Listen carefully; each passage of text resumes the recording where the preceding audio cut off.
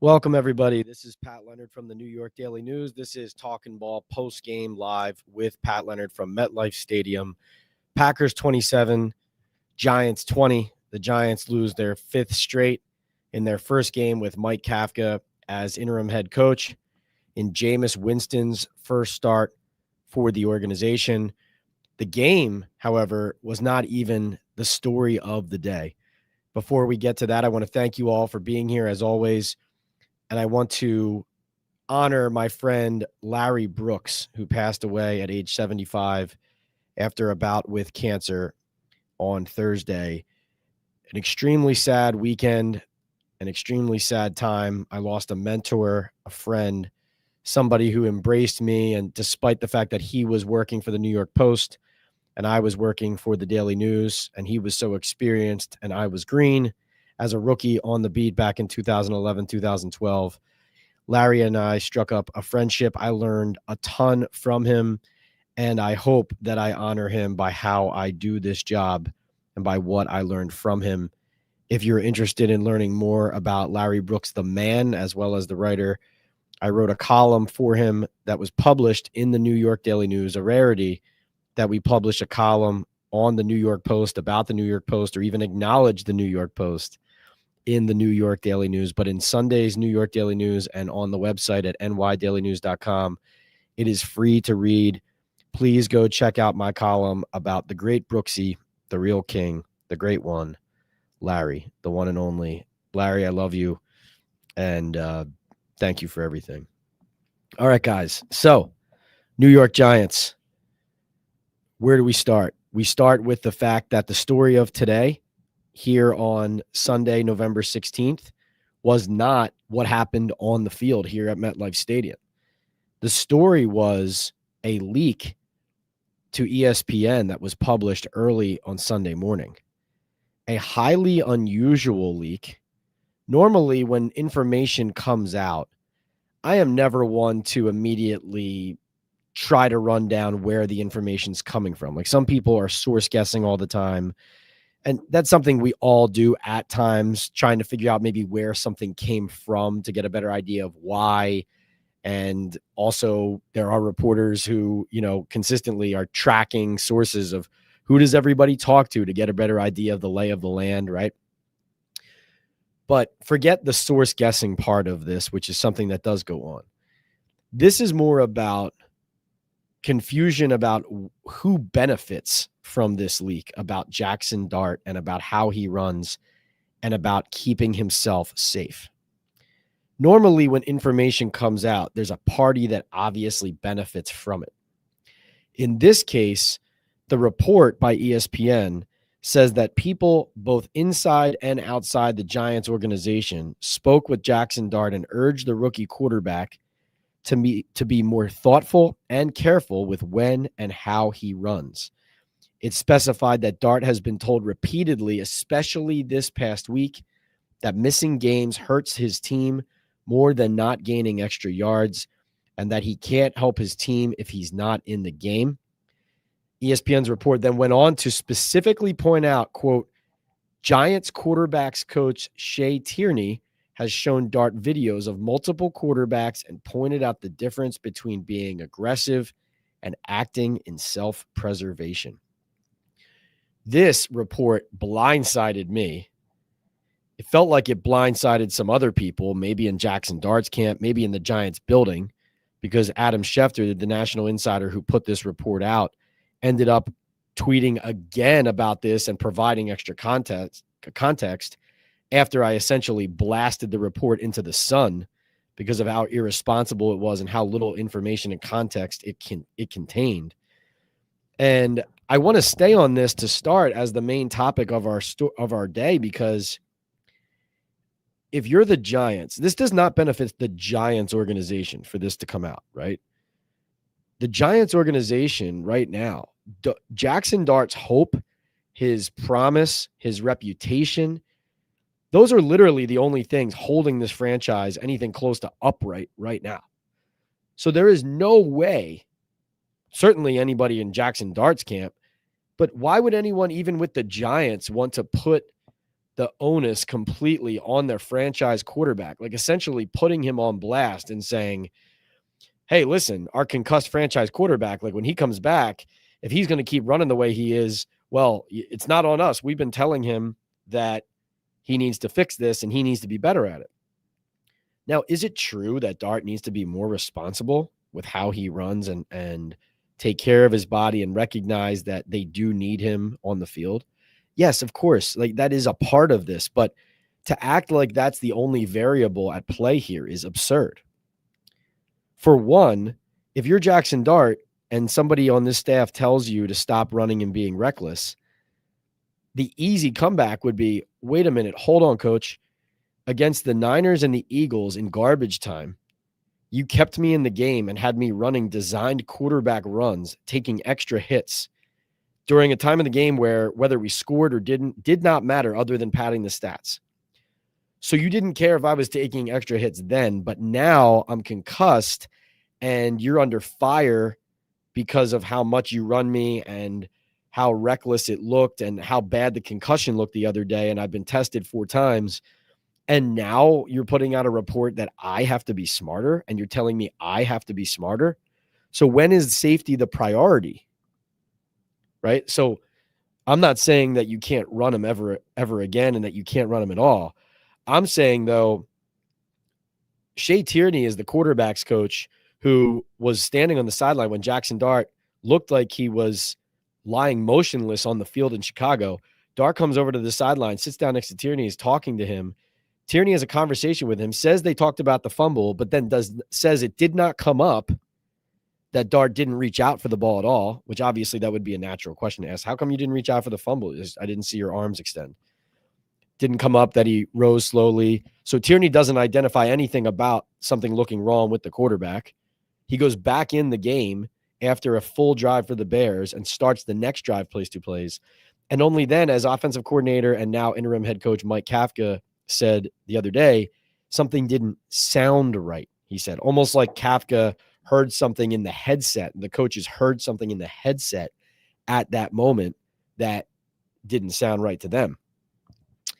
And I just think it's very unusual and strange that Tierney is now being propped up as the person who is the voice of reason here in the face of this reckless rookie quarterback running. It's just, I don't understand it. It's strange. I think it's ugly. I don't follow the line of logic and reasoning why this came out, who leaked it, who wanted it out. It's highly unusual. But I'll just say this. Mike Kafka was the offensive play caller for all of those runs that we were just talking about. Shea Tierney was the quarterback's coach. Brian Daboll, the head coach, with Kafka, the play caller, and Tierney, the quarterback's coach, they were also the trio that couldn't get enough out of Daniel Jones. He was benched and released and then blamed as the reason essentially why this Giants offense didn't work. And now he escapes New York and is now having a career resurgence in Indianapolis for the 8-2 Colts.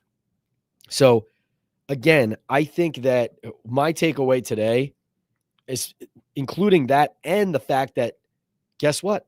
Joe Schoen, Giants ownership, nobody spoke about Brian Daboll's firing, right? No interviews. Guess who did an interview with Jay Glazer from Fox? Joe Schoen. Jay Glazer this morning, Sunday morning, had information on the coaching search, how Joe Schoen is saying they're not going to hire a college head coach. He had a list of candidates that included names that I've put out there: Mike McCarthy, Lou Anarumo, Arthur Smith. He added Chris Shula of the Rams, whose name has floated around a little bit, as well as Matt Nagy, and Steve Spagnuolo. I saw he threw in as well.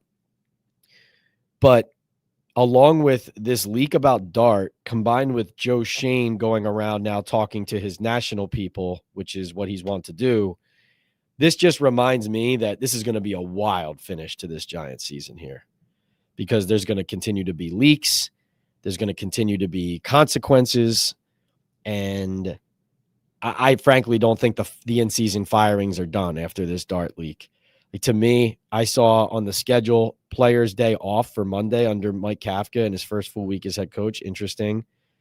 And Kafka's scheduled to speak at 10 a.m., I think it is. honestly, I saw that report this morning and I thought there's a chance somebody gets fired before the game today for this if they find out who the leak is from. And I still think coming off this game, another blown lead, right? 20-19 with under 7 minutes left in the fourth quarter. Giants lose 27-20. Jameis Winston interception in the end zone because of Jalen Hyatt just gave up on his route. It's kind of one of those things like not gave up like, oh, I can't make the play, I'm not going to try. It was like when somebody runs a route and then assumes the throw isn't coming to them, and he just kind of stopped his route. And the safety intercepted it. No real excuse from Jalen Hyatt after the game. Said he has to be better to make the play. But that is what jumps out to me today the most. It's not the X's and O's on the game, which we'll talk about.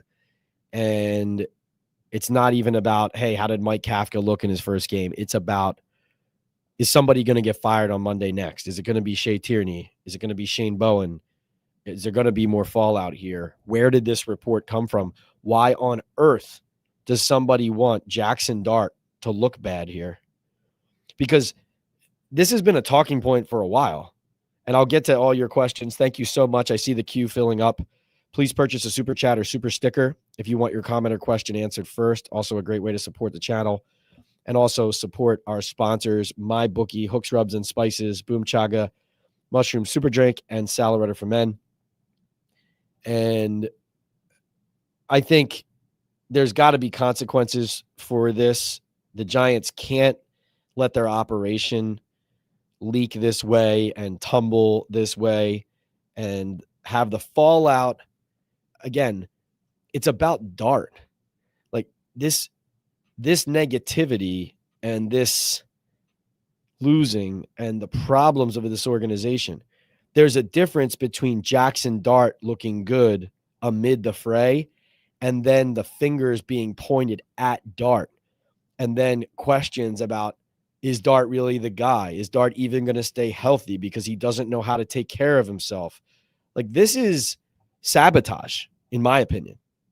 And again, I'm not pointing my finger at the Giants organization here. Be clear. This is, in my opinion, sabotage of the kid. And I think it's ridiculous, and I think it's somebody with an agenda. And if I were the Giants, I'd be furious about this. Furious. So with that, we will jump into the queue, jump into your questions. Remember also, we have a Talking Ball merch store on Shopify. There's a link on my YouTube channel, and you can go there. Let me see if I can put it in the queue here too. I want to make sure I have a short enough link. I tried to pop it in here one time, and it was like 1,000 characters. So the link I just popped in here, that is my Shopify store with some Talking Ball gear. So we will have some giveaways coming up for Talking Ball gear as well. We're just getting this off the ground, but I will say the winter hats, the sweatshirts are pretty fire. Even has a slogan, I believe, on the arm of the sweatshirt that says "From the locker room to your living room." So pretty good stuff. We will start here with Joel Lopez. Hey, Joel, what's up? He says, Pat, first thing, why do the coaches keep playing Jalen Hyatt? The kid can't be trusted, and to dial up a play to him when the game is on the line is mind-blowing. Stop playing Banks already. Well, Joel, I think this is probably the last stand for Jalen Hyatt here. There was certainly a much bigger role available to him in this game with Mike Kafka as the interim head coach and Joe Schoen collaborating with him than there was with Brian Daboll running the show. And this is what happens when players want opportunities, haven't gotten opportunities, and finally get them. You sink or swim. And Jalen Hyatt sunk on that play. That was a disappointing route, disappointing play for him. It was an opportunity for him to change the narrative, to change what people thought about him as a draft pick, as a player, to try to prove Joe Schoen right. He didn't make the play. All he can ask for is that extra opportunity. That's what he was given by Mike Kafka. And I don't blame Mike Kafka for trying to change some things up and give Jalen an opportunity that he hadn't received previously. I don't blame him for that. No Darius Slayton available in this game. But it's sink or swim when you get those opportunities, and Jalen Hyatt sunk there. There's no question about it. Giants Chronicles, what's up? He says, hear me out. Mike Kafka had a solid game as the head coach.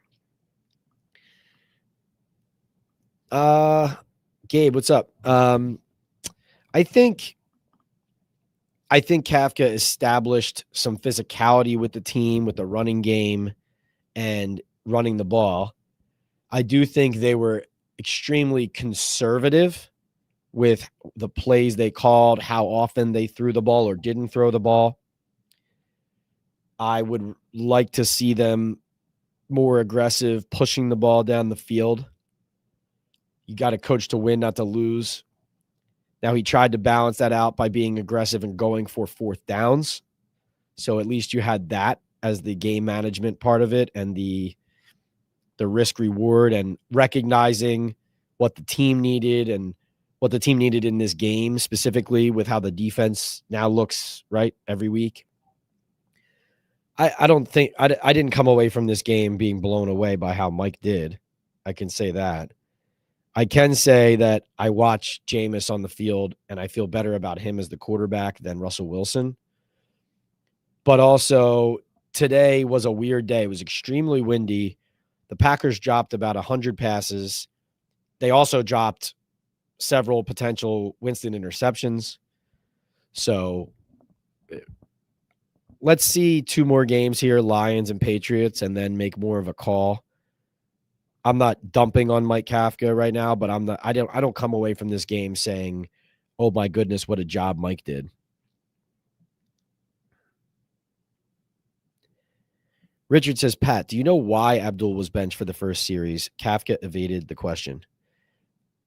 We asked Abdul about that in the locker room. He said, I made a mistake during the week that was detrimental to the team. That was the consequence I had to live with. He would not specify what it was. Brian Burns said it wasn't something crazy bad that he did or anything, but it was something that required a consequence. Burns debated that this had been done before he basically said he was arguing that this had happened under Daboll. It's just people don't always know about this, but it did feel like a difference with how Mike Kafka handled it. Also, remember, this is the number 3 overall pick who had some concerns as far as how he conducted himself when the Giants drafted him. They haven't shown up in this regard during the season. It's been more just about lack of production, but this is something to continue to watch. Let's just say that. Also disappointing in this sense, Kayvon Thibodeau was out today with a shoulder injury, and that meant Abdul Carter had a great opportunity. Again, same like Jalen Hyatt, right? For different reasons, but Abdul Carter had a chance today to change the narrative about him, to get more productive, to impact the game in a different way, in a more meaningful way at key moments. And he didn't. He had 2 pressures per next gen, 1 quarterback hit, and 1 tackle. And he cost himself playing the opening drive by making a mistake during the week. So all told, disappointing. Matt, thank you for the super chat. I'm not going to dump on another reporter though. So I hope you respect that. But if you have a different question, let me know. But thank you very much for the super chat and the support.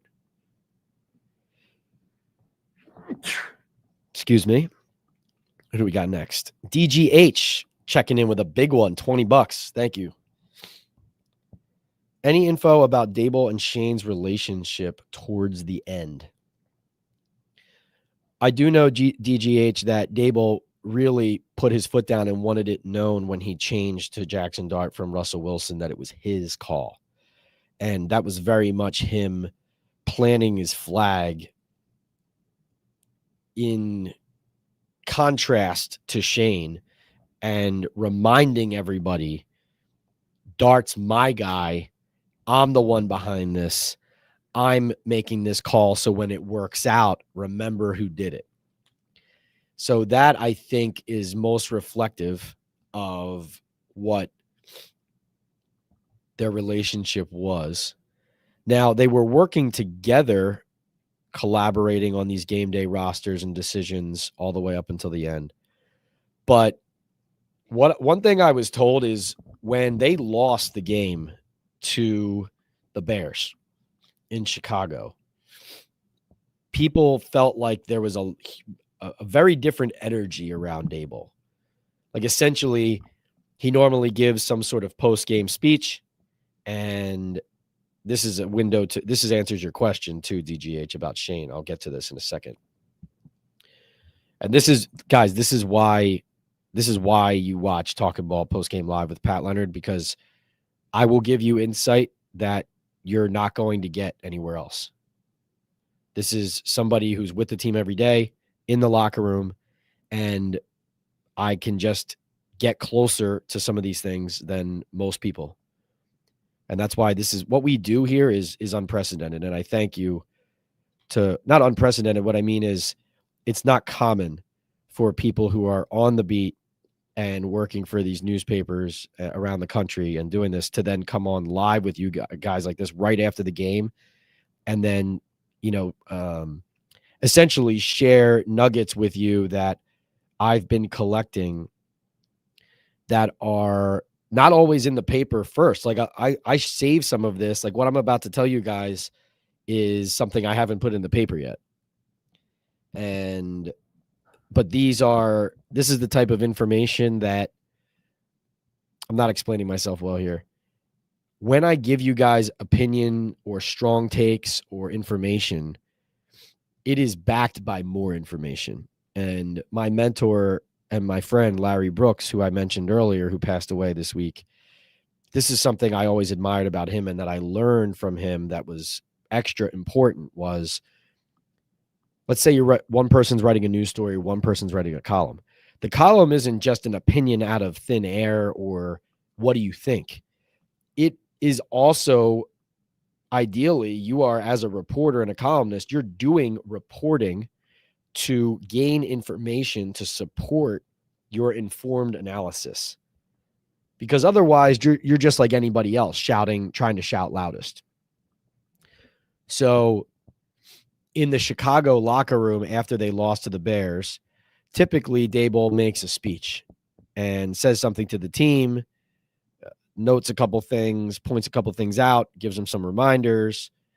After a win, obviously there's game balls, that kind of thing. But he, at the end of the Bears game, said almost nothing. Got the team together in the middle of the room, said, all right, guys, let's stick together. Giants on 3, whatever. And that was it. And the players kind of looking at each other like, that was weird. And in addition to that, what I was told was that Shane and Daboll, typically Shane is standing there in the locker room when that all happens, right? And typically Shane and Daboll have some kind of interaction there, even if it's Shane just standing behind him to support and then pat him on the shoulder or giving him a nod and a smile or, whatever it is. And what I was told is in that moment there, Shane was keeping his distance, no interaction there that the team could see. And it was clear to people that something was going on and connected to how their relationship looked at that moment. But DGH, to answer your question even further, their relationship was never the same once they came out of the 2024 season and Daboll saw that that if push came to shove, that it was no longer Joe and I or Brian and I. It was Joe here, Brian here.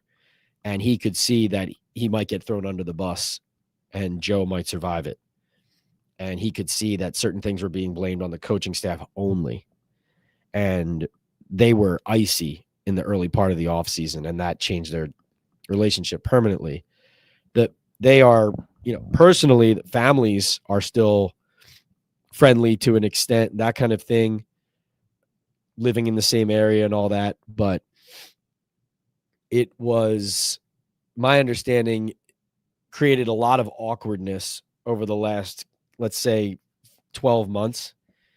And that lingering awkwardness eventually, came to a head after the Chicago game, obviously. Dr. Garrett says, love the show, Pat. Even without the injuries, does this roster have better depth than when Schoen took over? It's year 4, has to go. We deserve better. No, it does not, Dr. Garrett. And thank you for the super chat. I was actually just having this conversation with somebody earlier. Part of the frustration, let's say I tell you guys, here's what the roster is. And then you hear people nationally talking about the roster is a lot better than people say. And it's like Schoen and the Giants want you to think that that basically, hey, give us time. This is a young, developing roster that we still have to invest more in, and it's not a finished product, and this is only year whatever. It's like, stop it. Javon Holland, paid. Paulson Adebo, paid. Dexter Lawrence, paid. Brian Burns, paid. Bobby Okereke, paid. Kayvon Thibodeau, number 5 overall pick. Tyler Nubin, 2nd round pick. Cordell Flott, 3rd round pick. Drew Phillips, 3rd round pick. Right? And that's just the defensive side of the ball. Deonte Banks, 1st round pick. On the offensive side of the ball, Jermaine Illuminor, free agent signing. Greg Van Roten, free agent signing. John Runyon Jr., free agent signing. Andrew Thomas, paid. John Michael Schmidt, 2nd round pick. Daniel Bellinger, 4th or 5th? Wandale Robinson, 2nd round pick. Darius Slayton, paid. Tyrone Tracy Jr., 5th round pick. Devin Singletary, paid. Theo Johnson, mid-round pick.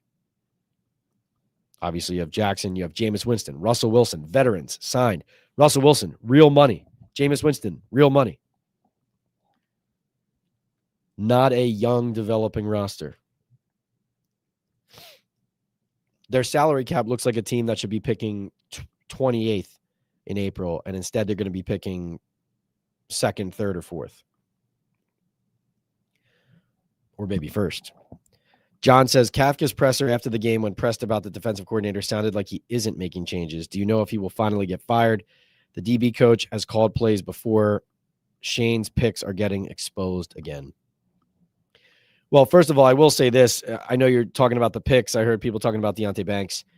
But especially at the end there, that 33-yard completion from Jordan Love to Savion Williams, where is the pass rush? And Brian Burns said that's on the pass rush. Burns gets 2 sacks today, fell into a second one kind of, but leads the league, set a new career high with what is it, 13? But the pass rush, even Burns said, puts it on the pass rush, that 33-yard completion. They just weren't good enough in key moments. They didn't get there when they needed to. Not enough production. They did miss Kayvon in this game in the pass rush. John, as far as your question, though,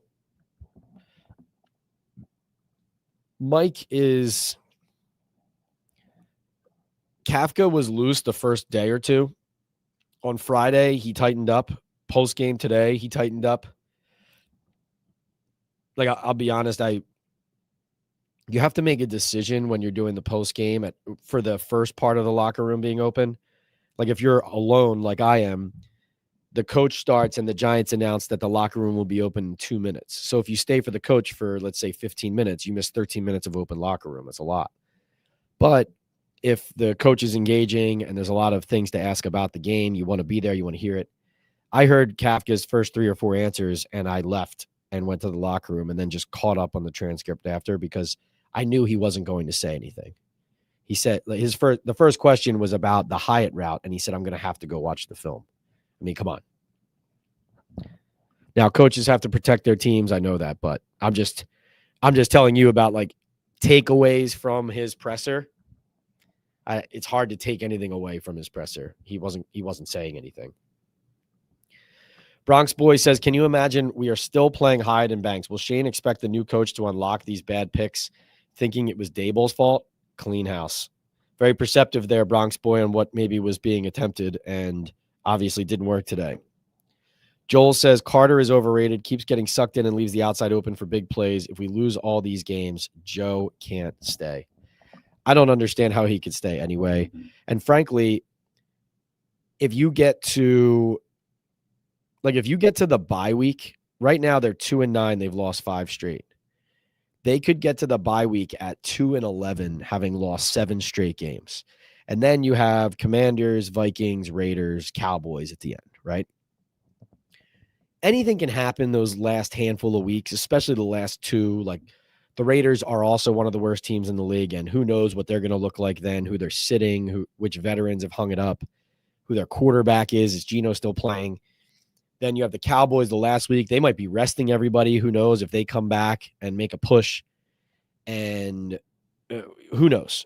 So what I'm getting at is, if you're 2-11 and you split those final 4 at the end because teams are banged up or missing guys or whatever, like, what do those last 2 wins matter to get you to 4-13 anyway? When it comes to Joe Shane's job security, I mean, obviously, like, players have pride and that kind of thing. I'm talking more big picture about the GM, like, if they beat the Detroit Lions and they beat the New England Patriots, that's a different conversation, but they're not going to, right? So as far as Abdul Carter, the promise of Jackson enabled us to not talk about this as much. And also Abdul's early pressure numbers seem to indicate that the sacks were going to come. But today was not a good development for him. You would have liked to see him handle this opportunity in a responsible and productive way, and he didn't do either. He's still young, still learning, but you need a lot better than what you got from him today and this week, obviously. All right, we'll get back into the regular chat. Reminder, if you purchase a super chat or super sticker, you will get answered immediately first. So thank you to all of you who just did that.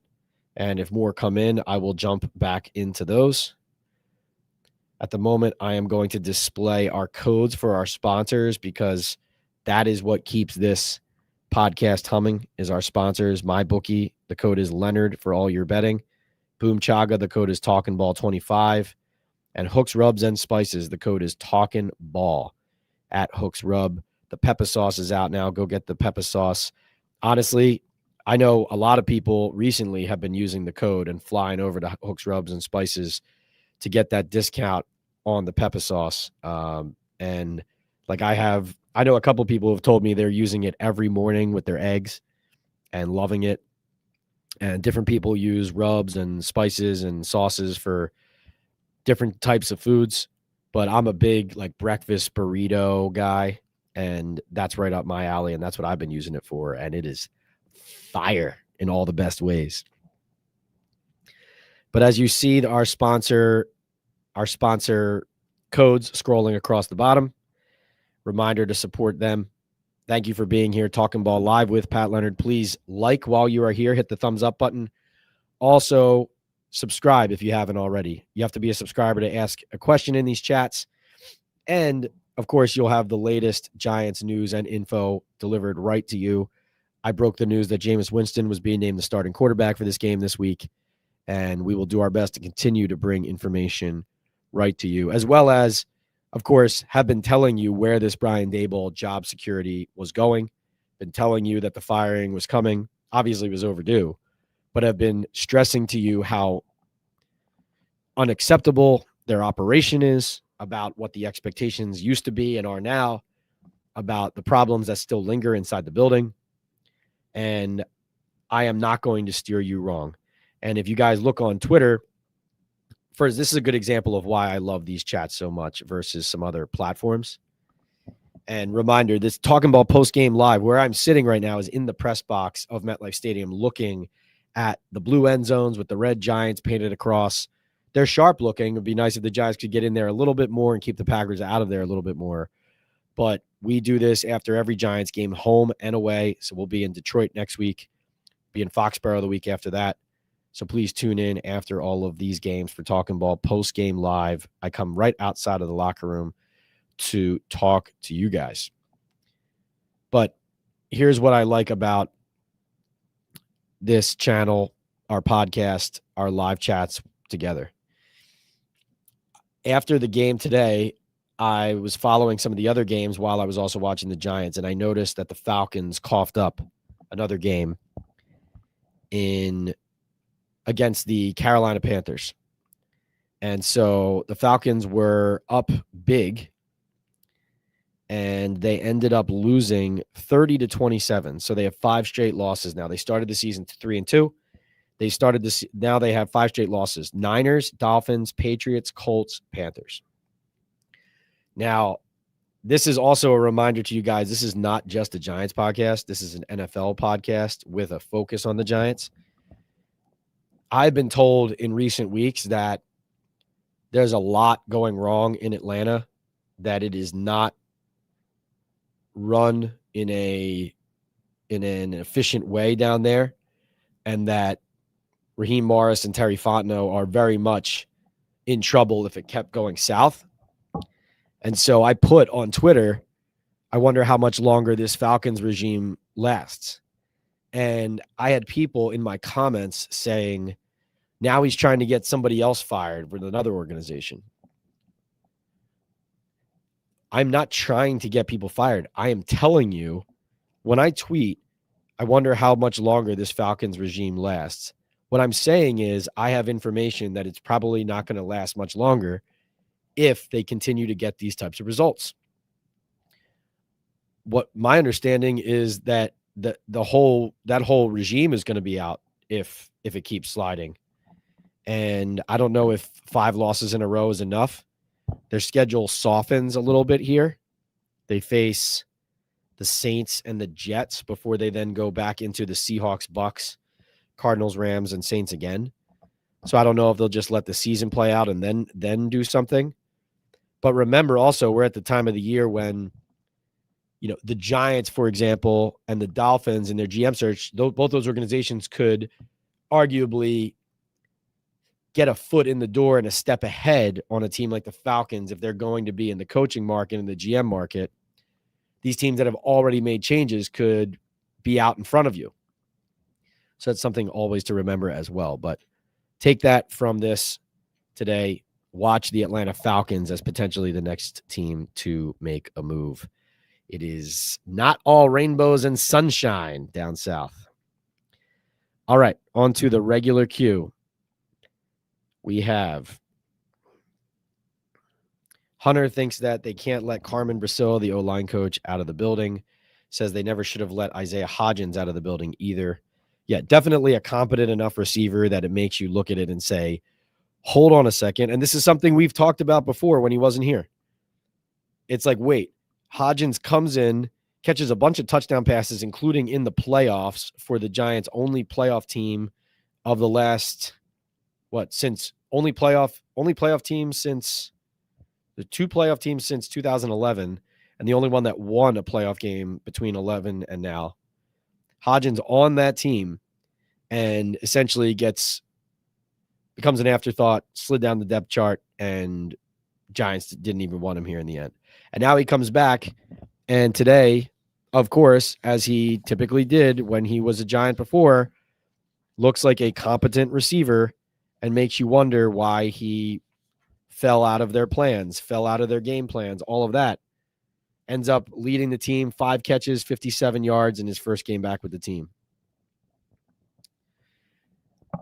By the way, other housekeeping, Evan Neal was placed on injured reserve on Saturday with a hamstring injury. Nobody knows how that happened. And so that's probably the end of Evan Neal as a Giant as you know it.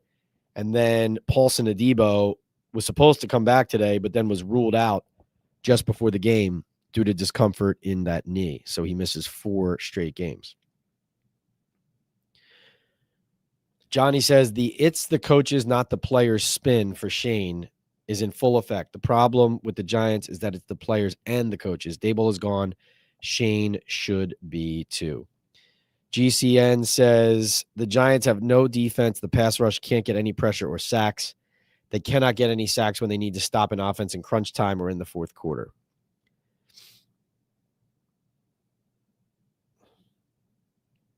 GCN thinks that Todd Bowles will be in trouble. Defense can't stop giving up big plays, can't tackle, no sacks. Constant blitz isn't working, no sacks, no pressure. Barb's, yeah, and actually, to your point, GCN, Josh Allen had an absolute monster day today for the Bills. 44-32, Bills beat the Bucs. Josh Allen with 6 touchdowns. Let me say that again. Josh Allen with 6 touchdowns, 19 of 30, 317, 3 TDs, 2 interceptions, and then 40 rushing yards and 3 more rushing touchdowns for Josh Allen in that win over the Buccaneers. Looks like Josh Allen is doing fine without Brian Daboll and that Buffalo coaching staff that used to be there that the Giants brought over, huh? Guess it was the quarterback.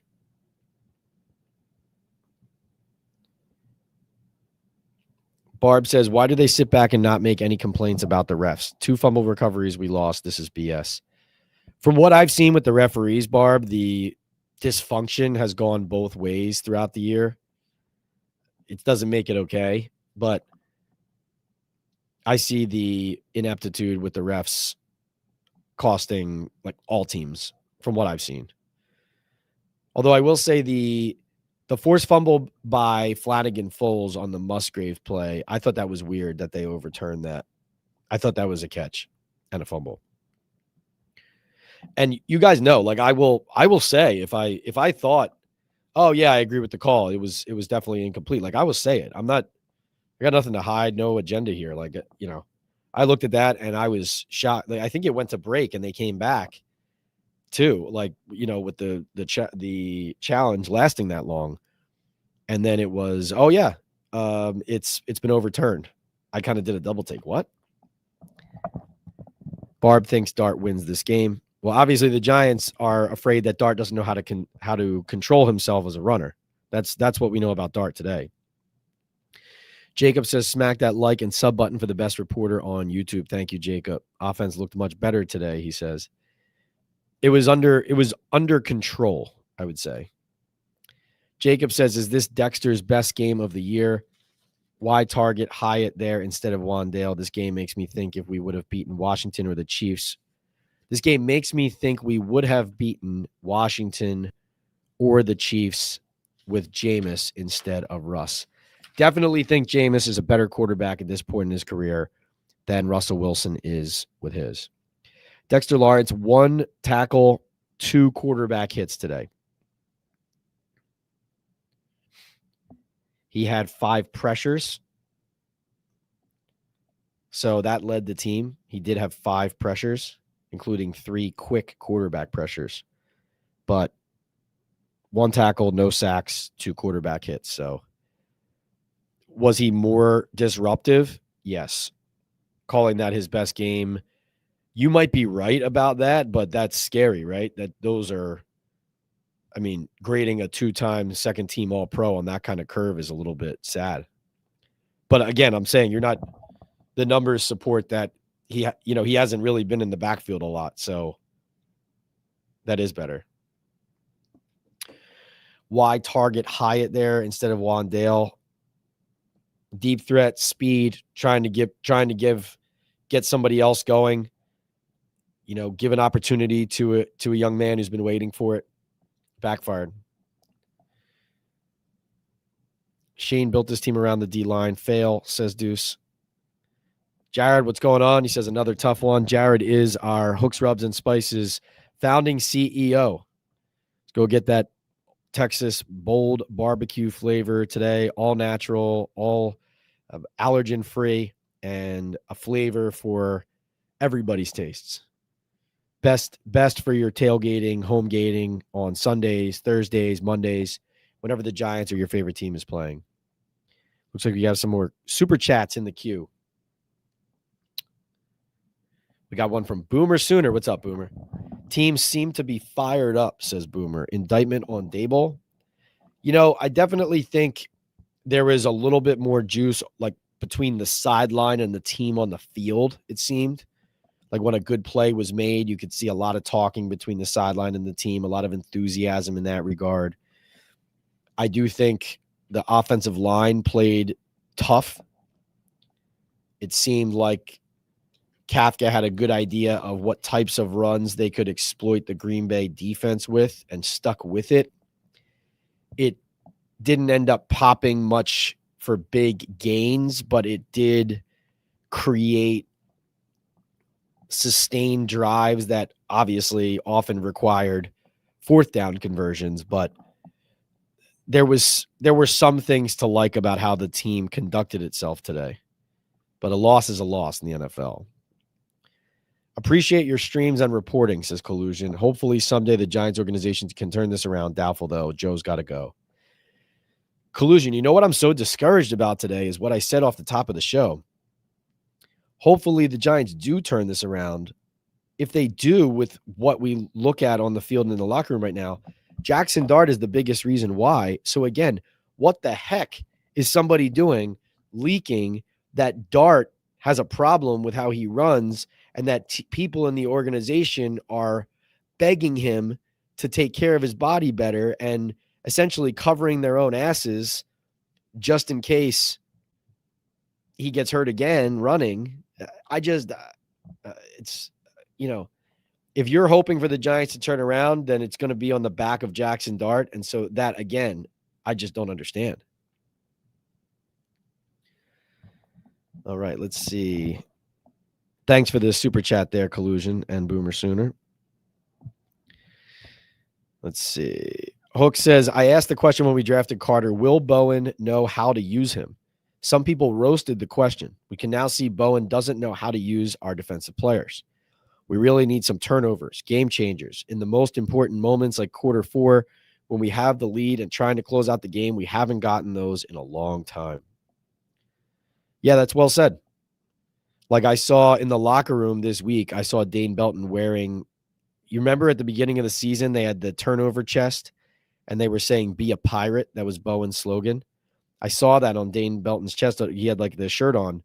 And I thought to myself, man, oh man, what a slogan for what this defense looks like right now. You know what I mean? So I think that's a really good point. And, John Runyon Jr. had a quote today just about them not finishing. So again, a small lead, but they coughed up a 2019 lead with 7:22 to play.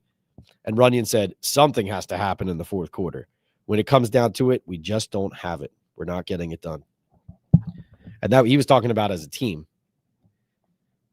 Bleak. Deuce says, Jameis looking competent makes me wonder about the Russ thing and what it was all about. It was about trying to have him be a leader of the team. It was also Joe Shane having more confidence in Russell Wilson, and obviously Brian Daboll showing more confidence in Russell Wilson than Jameis Winston, and making Wilson like the North Star of the organization everyone could follow because they had no leadership or lacked leadership, significant leadership in the locker room. Obviously, that was a swing and a miss on that side of things too.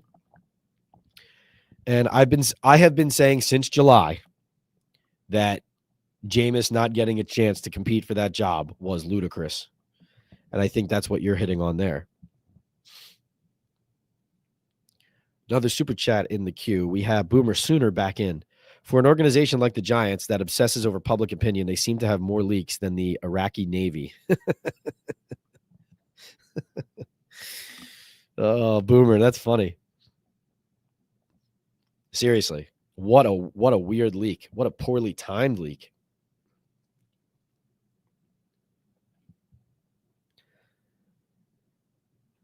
Shane thought Wilson was great because he threw a great deep ball, says Joe Interstate. He kept saying that the problem is that is all he can do.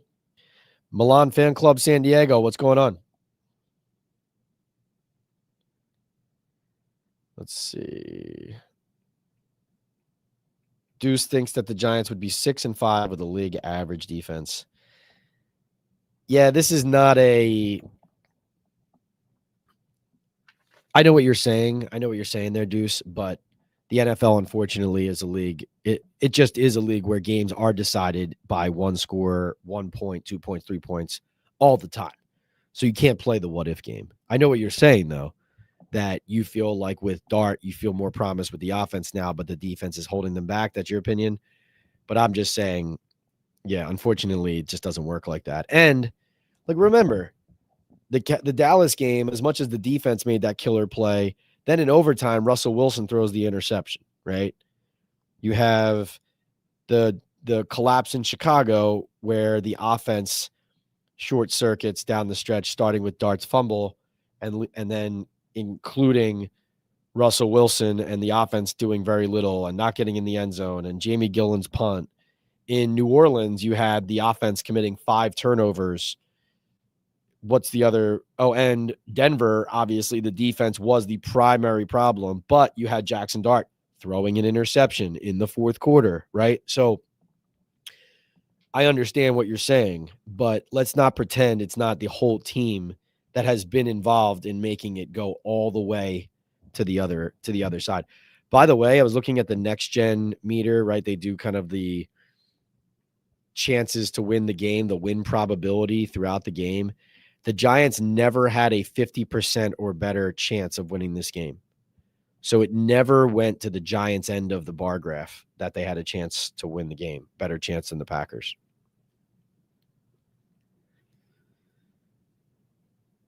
I'm skipping over some questions that I've answered already. Like, yes, Hyatt did screw up that last play. Peterstown says, what are you hearing on Bowen? This guy can't keep a lead to save his life. He's got to go tonight. Why is he still in that building? I do think there's a chance there are firings tomorrow, but who knows, right? Does Mike Kafka have the power to do that himself right now? Is it an organizational decision? And it would also look strange to fire Daboll, and then the next week you fire the DC, and the next week it's like, well, wait, wasn't it warranted before this, right? If you were going to make those changes, I think if there's a firing, it might be over the leak of that Dart story. Collusion says, I don't understand the Giants' motive with the Dart thing. He's been the lone bright spot here. I can't imagine Mara liking that. Yeah, there is no way on God's green earth that the Giants organization is happy that Dart story came out. I'm honestly flabbergasted by it. And that's why I think someone could lose their job over it. Let's see.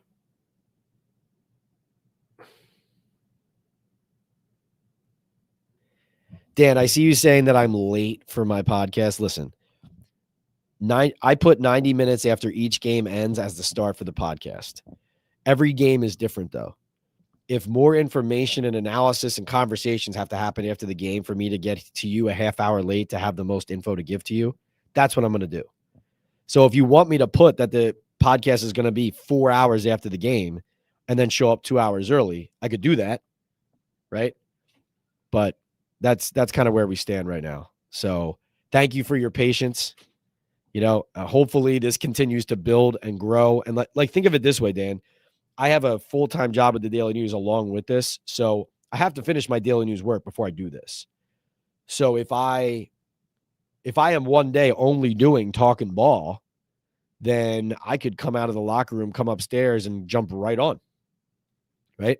I could tell you guys, hey, we're going to be 40 minutes after the game ends and hold to it every single time. But just so you know, those are the moving goalposts.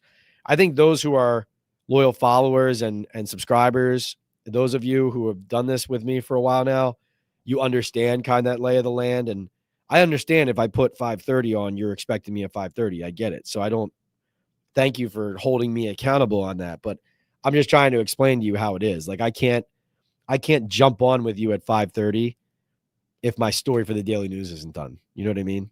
So Hirsch says, imagine this offense next season with Dart and Cam and Tracy with Malik paired with Carnell Tate. You can hope, Hirsch. Biff says, I caught only from the third quarter to the end because of work, but the defense was more aggressive and uptight in coverage and line of scrimmage, and we had good results. Then we score, then drop, and then we had good results. Then we scored and then had soft drop coverage. I think it was also the pass rush not getting there. Biff Tannen says, I think it's time for Shane to go. John F. says, been a Giants fan since 67. I've never seen a Giants defense this soft. They can't stop the run. Detroit is going to put up a 50 spot on this defense just running the ball. You're probably right about that. Boomer Sooner says, this is the most valuable stream to Giants fans. Thank you for saying that, Boomer Sooner. I really appreciate that. Let's see. John F. says he would rather see me at receiver than Jalen Hyatt. Matt LaFleur, bring him in. I think you could do better. Simeon, what's going on? John F. says, RIP Larry Brooks. We lost a legend. Thanks for saying that, John. David thinks they win 10 games next year with the correct coaches, and the Giants should have an easy schedule. Can Kafka realistically win the head coaching job, says Daniel? He can, but I think it's unlikely. Milan Fan Club also says, may Larry rest in the peace of the Lord. Thank you, Milan. Simeon says, RIP Mr. Brooks. John says, I thought Kafka did a decent job. His best receiver was a practice squad pickup. He was starting a backup quarterback, and he's hamstrung with Bowen, yet he nearly stole the game.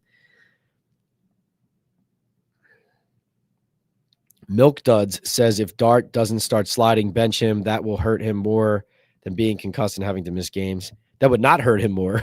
Continuing to get concussed will hurt him more. But I hear you, Milk Duds. This is the thing. I do agree with the fact that Dart has to be more aware of that stuff, and he has to be smarter about that. But leaking it that way and putting the onus of everything on him is so strange.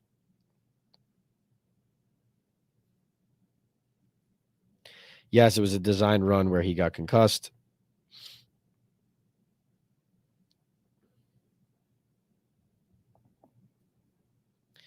Right. As Deuce says, we've been telling Dart to protect himself, but we're using his running as a huge part of our offense. Exactly. Candyman points out, this is BS. They're calling running plays for him. What a disorganization.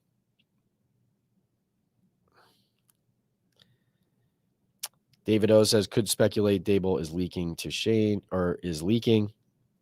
Obed says, let's move on to Shane. Oh, I definitely have. I mean, if you guys read the Daily News as well, my story for Sunday's Daily News previewing this game was that the final 7 games of this season are not about Mike Kafka or Jameis Winston or anything other than the general manager.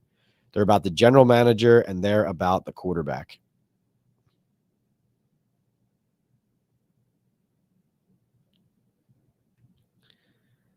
All right, let's see. Super chats. We have Paul checks in with a super chat. Thank you, Paul, for the support. Boomer Sooner says, who do you think the top 3 options are for head coach? The ones I think I have up there high on my list right now, as I've said from the start, Lou Anarumo, especially with Shane involved, is somebody to keep an eye on. I think Clint Kubiak should be in the mix. I'm not saying he definitely should be the hire. I just think he should be in the mix. Arthur Smith, I think, is in the mix. Mike McCarthy is in the mix. I do think John Gruden should be. Interesting that Chris Shula's name came up there with Jay Glazer in his conversation with Joe Shane, the person who did not do an interview after Brian Daboll's firing, but is talking to national reporters. I would say with Shane involved at the moment, I would call it McCarthy, Anarumo, and Kubiak, maybe. But more reporting to do there, Gruden. Because the thing about Kubiak is I do think even though they're not going the college head coaching route, as Glazer said, and as I've been saying, I didn't expect them to do that. So that was just kind of solidifying something I believed already, hearing that. But even though a guy like Kubiak is intriguing, and I've talked to some people who think that would be a good hire for both Dart and the team. That's the Seattle Seahawks offensive coordinator, for those who don't know. But there does seem to be a large emphasis on hiring a former head coach, somebody with experience in that role, which is hard to disagree with. Matt Nagy has been thrown around there. I feel like he's a bigger fit in Tennessee, but Nagy also, it could be easy to look at Jackson Dart and this situation and feel better about it if you're Matt Nagy as well. Biff says a defense that allows 33 points is unacceptable. Agree. Michael says RIP Larry Brooks. He was a fun read. Thank you for saying that, Michael. I'm a fan, says Larry Brooks was one of my favorite writers and reporters, always my go-to hockey column. RIP. Thank you for saying that. YouTube user says, great job, Pat. Best post-game analysis and insight. Thank you. GCN says, Pat, somebody on the Pat McAfee show said Daboll was an offensive genius and would eventually get another head coaching job. Yet you will never find a regime with worse numbers and stats and results than this one that has better publicity.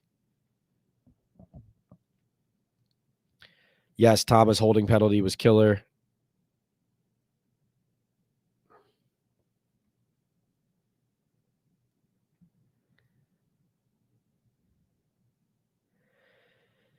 GCN says, Pat, Steve Young also said in college they have goggles they put on the players that will tell if the player has a concussion. NFL won't use them. I don't know about those. Let's see. Unknown says, almost like Abdul is on the verge of being a bust, but D-Rock counters, you would think Carter would be better with a real coach. Yeah, I think I'm not sitting. Yeah, we're not going to call Abdul Carter a bust. I definitely think we need to see him with a coach who knows how to deploy weapons like that.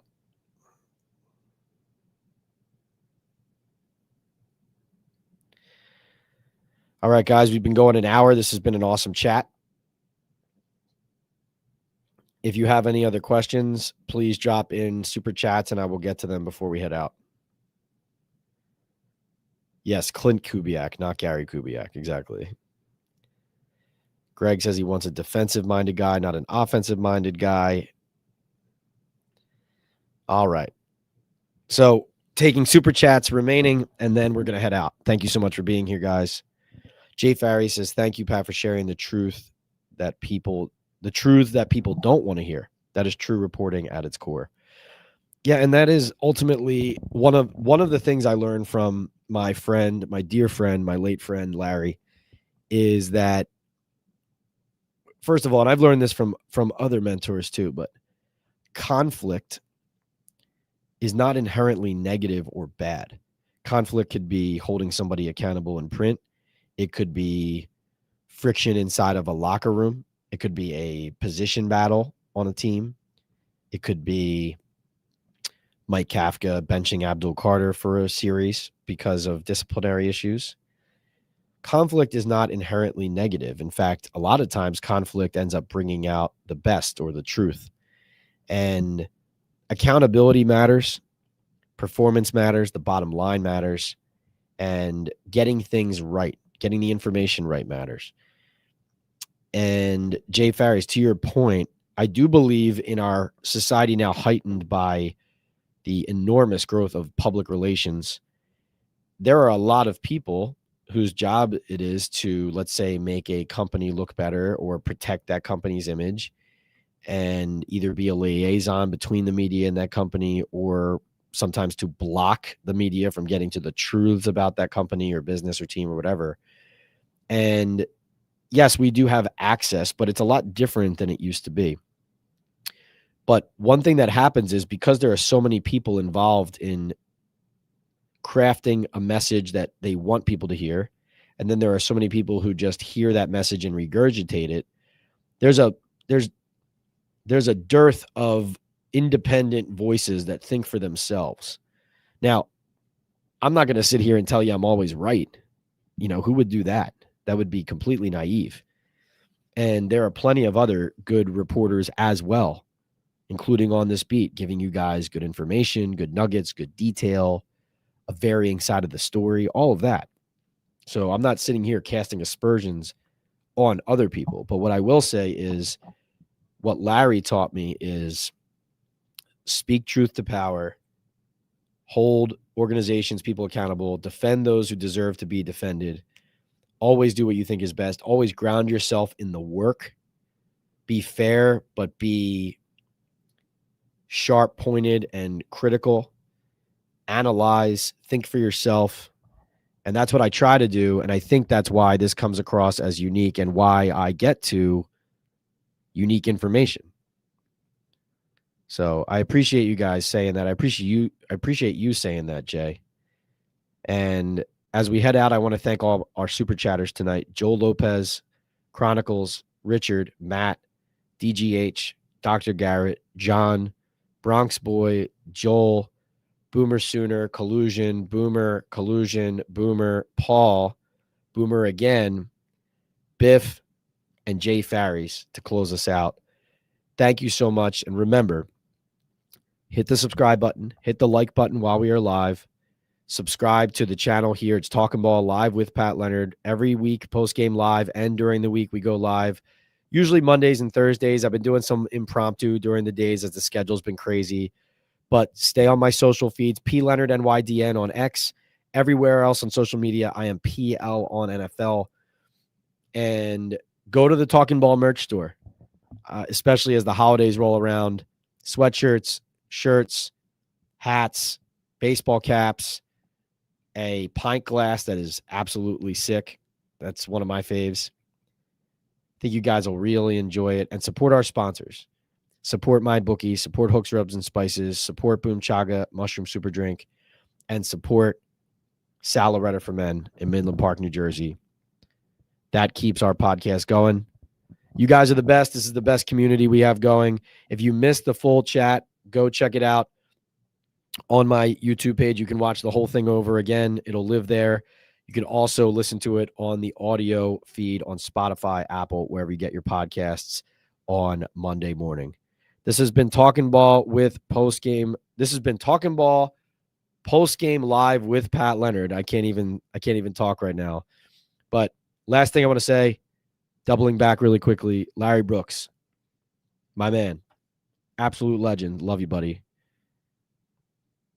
Hooks says, thanks for the support, Pat and chat. Deb says, good show. Good night, everybody. See you guys next time. Brooksy, you're the best.